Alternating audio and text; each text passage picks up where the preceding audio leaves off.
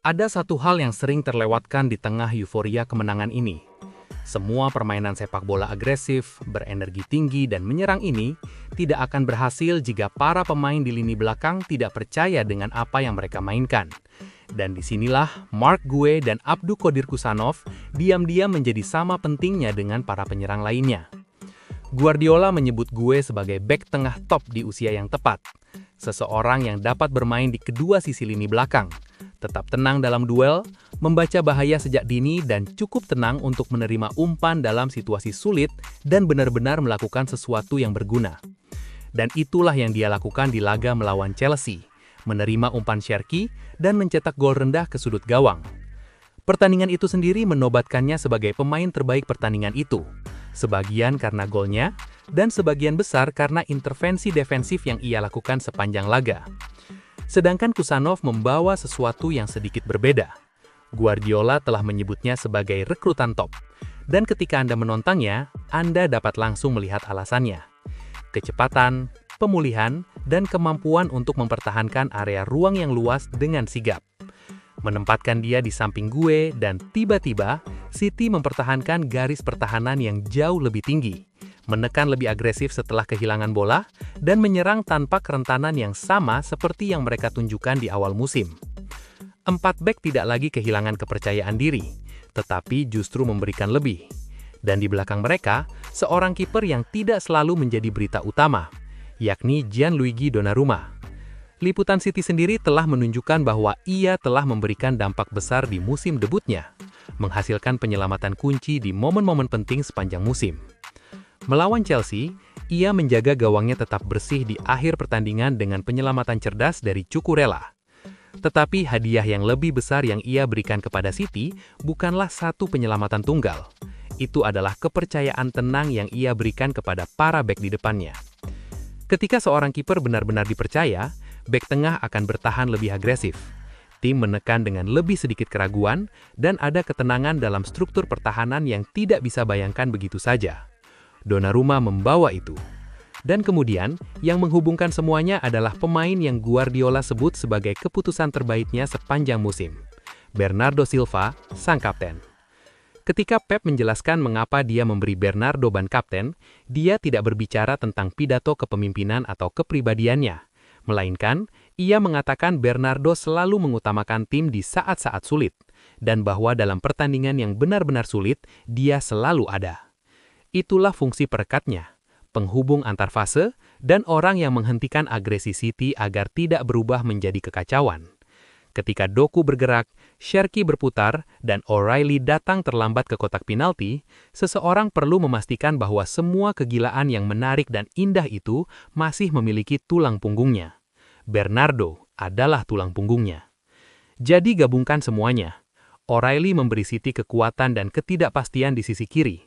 Cherki membawa kekacauan kreatif di sepertiga akhir lapangan.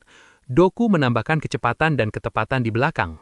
Gue dan Kusanov mengembalikan keamanan pertahanan yang sejati. Donnarumma mempersenjatai semua dari belakang. Dan Bernardo menjaga bentuk dan jiwa dari keseluruhan tim.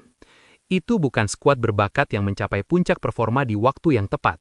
Itu adalah tim di mana setiap profil pemain hampir sempurna sesuai dengan sistemnya.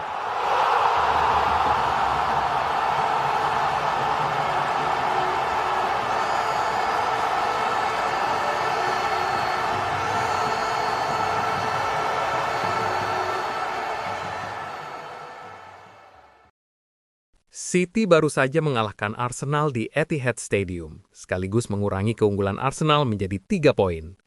City masih memiliki satu pertandingan yang belum dimainkan, dan persaingan gelar Liga Premier semakin sengit dan menarik untuk disimak.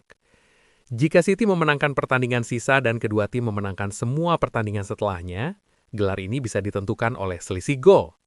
Begitu cepatnya situasi ini berubah dari kenyamanan menjadi menakutkan, dan inilah yang membuatnya lebih buruk. Kebiasaan Guardiola di bulan April bukan lagi sekedar teori yang dilontarkan seseorang untuk terdengar pintar.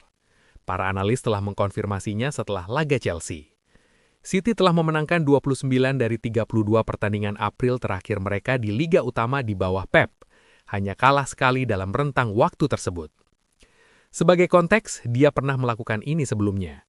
14 pertandingan beruntun di Liga pada musim 2018-19, 7 dari 9 pertandingan terakhir pada musim 2021-2022,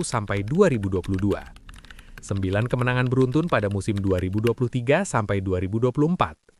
Ketika orang mengatakan City kembali hidup di musim semi, mereka tidak berbicara tentang suasana hati.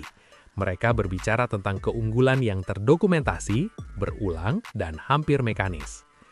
Tapi ini bukan City yang sama yang menjalankan permainan lama yang sama. Para analis yang meliput pertandingan baru-baru ini telah menegaskan hal itu dengan jelas. City sekarang terlihat seperti tim yang akhirnya menemukan formula yang tepat setelah berbulan-bulan bereksperimen. Bernardo Silva yang mundur lebih dalam bersama Rodri mengembalikan kendali ke lini tengah, dan itu menciptakan ruang bagi Cherki untuk membuat kekacauan di lini depan. City yang lama bisa menjadi lambat dan mudah dibaca. City ini masih mengontrol permainan, tetapi sekarang juga menyerang ruang. Itu adalah hal yang berbeda sama sekali. Dan disinilah situasi Arsenal menjadi benar-benar tidak nyaman.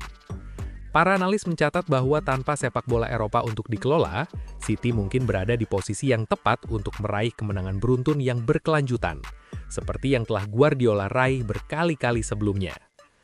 Arteta baru-baru ini harus menatap mata para pemainnya setelah kekalahan beruntun di Liga, dan mendesak timnya untuk merasakan sakit dan menyalurkannya dengan benar.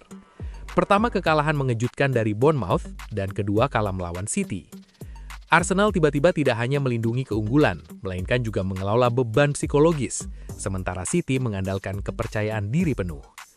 Guardiola sendiri menyebut Arsenal sebagai tim terbaik di Inggris musim ini, dan mungkin yang terbaik di Eropa.